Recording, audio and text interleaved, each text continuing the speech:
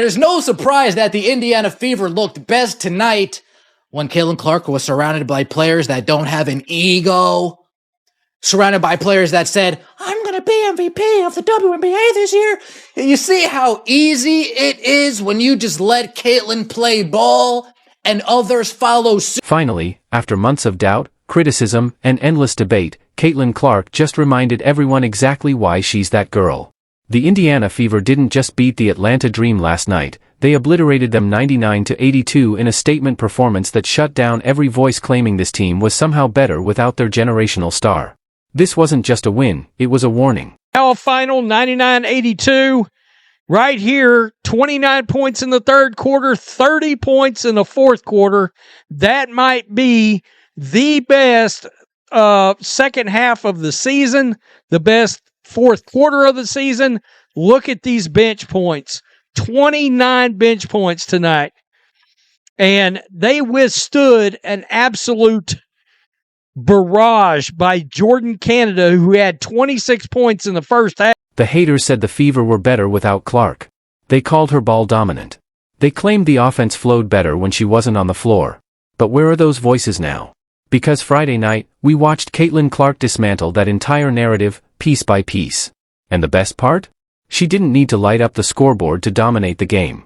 Her vision, her pace, her leadership, it was all on display. She controlled the flow, created for teammates, and elevated everyone around her. This wasn't just a win, it was a masterclass in how a true superstar leads. An inconsistent ride for Indiana, and for Clark as well, who's had to fight through a lot of injuries. But I think the encouraging thing from Cece was the fight that she showed on the floor. Clearly, she's not quite at 100%, still working her way back, hasn't found her three ball yet, but what she did was attack. She used the physicality against the defenders by putting her head down and going to the basket. That opened things up for her playmaking, which of course is another genius aspect of her game. Once that started clicking, Let's talk about what really happened here. Sophie Cunningham came off the bench like a woman possessed, dropping 16 points and snatching 10 rebounds in an absolute masterclass. But here's the beautiful part, this wasn't Cunningham playing in spite of Caitlin Clark. This was Cunningham playing because of Clark. The chemistry between the two was undeniable, pulsing through every possession. Clark's court vision created open looks, and Cunningham made them count. This is what happens when a generational playmaker meets a fearless scorer. They elevate each other. Cunningham, folks, this might have been the best Sophie Cunningham game she's played so far for the Indiana Fever. When she hit those nail-in-the-coffin threes against the Minnesota Lynx, we were already up in that game. Yes, nail-in-the-coffin, awesome. But we were down in the third quarter. We were down 52-47 in the third quarter. And we came back and won. And that started with Sophie Cunningham hitting a big three. The haters spent weeks telling us the Fever were more dangerous without Caitlin Clark. ESPN's Carolyn Peck even went on national TV and said Indiana was more dangerous when Clark doesn't play. Can you believe that? The audacity. They really tried to convince us that the best rookie in WNBA history, the player who shattered attendance records and single-handedly reignited interest in the league, was somehow a liability. But Friday night? That was revenge served ice cold.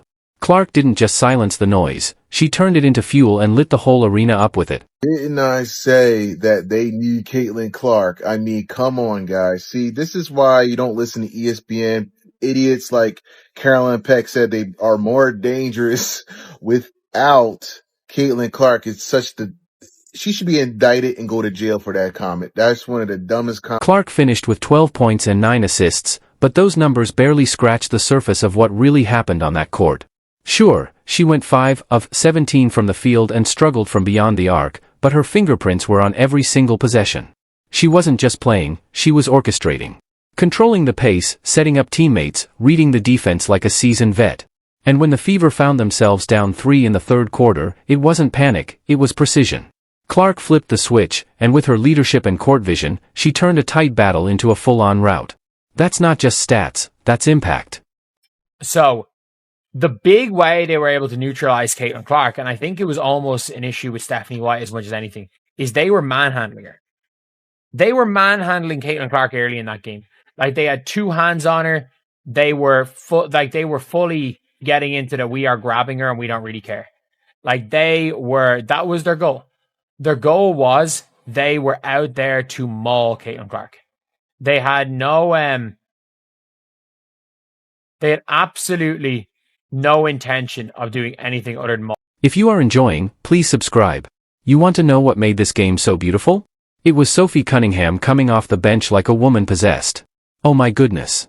Sophie Cunningham lit up the Atlanta Dream with ice in her veins, draining 4 of 5 from beyond the arc and delivering a season-high 16 points when the Fever needed her most. But let's be clear, this wasn't just Sophie getting hot. This was Clark effect in full motion. Defenders glued to Caitlin Clark 30 feet from the basket left Cunningham wide open to feast. When you've got defenders chasing Clark through screens and bracing for logo threes, that's when shooters like Cunningham thrive. It's not just basketball, it's beautiful chaos, orchestrated by a generational talent. Let's go right here. Sophie Cunningham, let's check it out. And she's got the long three way down, boom. Way down, boom. So, real nice, all-around performance. Second half was great ball tonight. No doubt about it. But Stephanie White let the team cook. But here's what really made this special, the chemistry between Caitlin Clark and Sophie Cunningham. You could see it unfolding in real time. Every time Clark drove into the lane, Cunningham was locked and loaded on the perimeter, ready to cash in. Every time the Dream tried to collapse on Clark, boom, kick out to Sophie for a wide-open three. That's not luck. That's elite basketball IQ and pure synergy. Cunningham understands her role, and more importantly, she understands Clark's gravity. As Sophie herself said, when she's with us, you play a different style of basketball. That's not a dig, it's basketball intelligence. It's about recognizing how to adapt, how to elevate, and how to win. This is what happens when talent meets awareness. And together, they just made a statement. Hey, you know what? It's about dang time. Let me tell you that. I have my shoot. It's been a second. I just think for the team, you know, we've had a lot of injuries. We've had a lot of movement. When C's playing, it's a whole different team. And when she's back, you know, we got to catch our rhythm. She's a heck of a player, but we got to find ways to get her involved, but keep people hot. But, you know, for me, it finally felt good. It felt good. Like I said, my family's here. My sisters, my best friends. And so it just felt good to have my family here. So I thought I should do. That player is Caitlin Clark. The third quarter was the turning point, not just in the game, but in the entire narrative around this team. Down 63-60 with 3:38 left in the third, the Fever clamped down on defense, holding Atlanta without a single field goal the rest of the quarter. They closed the third with a burst, then detonated in the fourth with an 11-2 run, flipping the score to 80-67 and never looking back. This wasn't a one-woman show, it was Clark unlocking the potential in her entire squad. Kelsey Mitchell exploded for 25 points. Aaliyah Boston added 19 and dropped dimes like a true facilitator. And just like that, the Fever morphed into the juggernaut fans were promised back in May. Their 59 second-half points weren't just a stat, they were a statement. The most in any half this season, tied for the most in 7 years. That's not a fluke. That's what happens when your star knows how to lead, how to uplift, and how to win even when her shot isn't falling. Clark didn't just play. She orchestrated. And the Fever finally looked like contenders. And be herself. We started playing an up-tempo type style that forced the Atlanta Dream to react to what we were doing. Instead of us trying to counterpunch, Atlanta Dream, they found themselves against the ropes. And there we were, Kelsey Mitchell in the third quarter, slugging away. Sophie Cunningham in the third quarter, slugging away. AB in the fourth quarter. That player is Caitlin Clark. The third quarter was the turning point, not just in the game, but in the entire narrative around this team. Down 63-60 with 3:38 left in the third, the Fever clamped down on defense, holding Atlanta without a single field goal the rest of the quarter. They closed the third with a burst, then detonated in the fourth with an 11-2 run, flipping the score to 80-67 and never looking back. This wasn't a one-woman show, it was Clark unlocking the potential in her entire squad.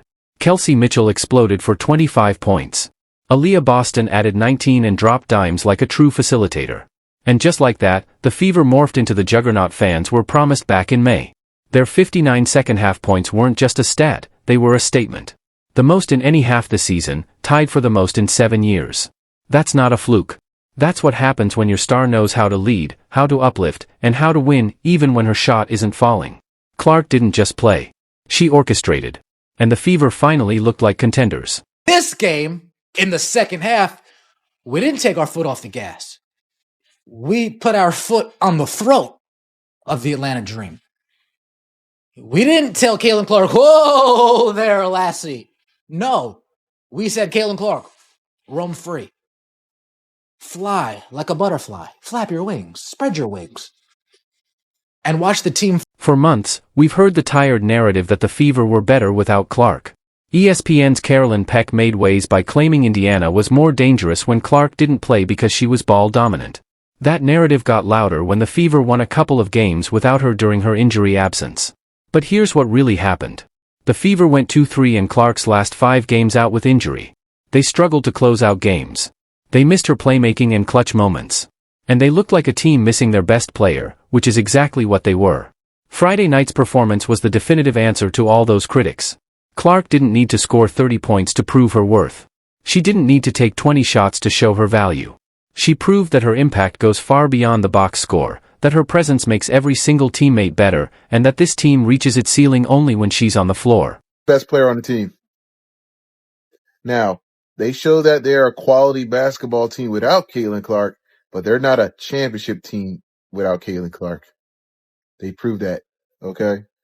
So with that said, they need Caitlin Clark. Caitlin Clark sets her teammates for success, sets better plays, better passing. I guarantee you Caitlin Clark played that game, they would have won. I mean, come on, the matchup would have been... You know what's beautiful about performances like this? The silence that follows. Where are all the critics now? Where are the people who were saying the Fever were better without their best player? Where are the analysts who were pushing the narrative that Clark was somehow holding this team back? They're nowhere to be found because there's nothing left to say. When you watch Sophie Cunningham hit 4 of 5 from 3, when you see Kelsey Mitchell score 25 points, when you watch Aaliyah Boston facilitate with 8 assists, you realize that all of this happens because of Clark, not in spite of her. The fact that Clark can have an off-shooting night and still completely control the game shows you exactly what level she's playing at. She's not just a scorer, she's a floor general, a leader, a player who makes everyone around her better just by being on the court. Sophie Cunningham showed up. This was the kind of game that we've sort of been waiting on from Sophie. Her breakout Indiana Fever performance. The rebounds were huge. By the way, she had Sophie Cunningham showed up. This was the kind of game that we've sort of been waiting on from Sophie. Her breakout Indiana Fever performance. The rebounds were huge. By the way, she had, I believe, 7 or 8 rebounds in the first half of this game. All right, before she started knocking... 7 or 8 rebounds in the first half of this game. All right. Before she started knocking down all these. Here's the thing about Caitlin Clark that drives her haters absolutely insane. She knows exactly how good she is. She doesn't need to prove anything to anyone because she lets her basketball do the talking. When the critics get loud, when the doubters start questioning, when the haters pile on, she just goes out and reminds everyone why she's the face of women's basketball. Friday night was Clark coming back from injury, still not at 100%, still working her way back into game shape, and still completely dominating the flow of the game. She's been dealing with injuries this season, missing games here and there, but every time she comes back, she shows exactly why the Fever are a completely different team with her on the floor. The beautiful part is that Clark is only going to get better. As she gets more consecutive games under her belt, as she gets healthier, as she gets more comfortable with this team's chemistry, the three-pointers are going to start falling more consistently. The scoring numbers are going to go up. The aggressive Caitlin Clark frees up every single player for constant wide open shots. I don't care about this grit and grind basketball where you have to take difficult shots. Why would you choose to take difficult shots when Caitlin forces the team to run? Everyone runs, everyone moves, everyone eats when Caitlin Clark is playing like this. Everyone does. Caitlin doesn't even need to. I don't care if Caitlin Clark averages 8 and 8 a game. It doesn't matter. This is fun. This is fun to watch. And eventually the shot's going to start falling. Eventually it's going to start falling. Because you don't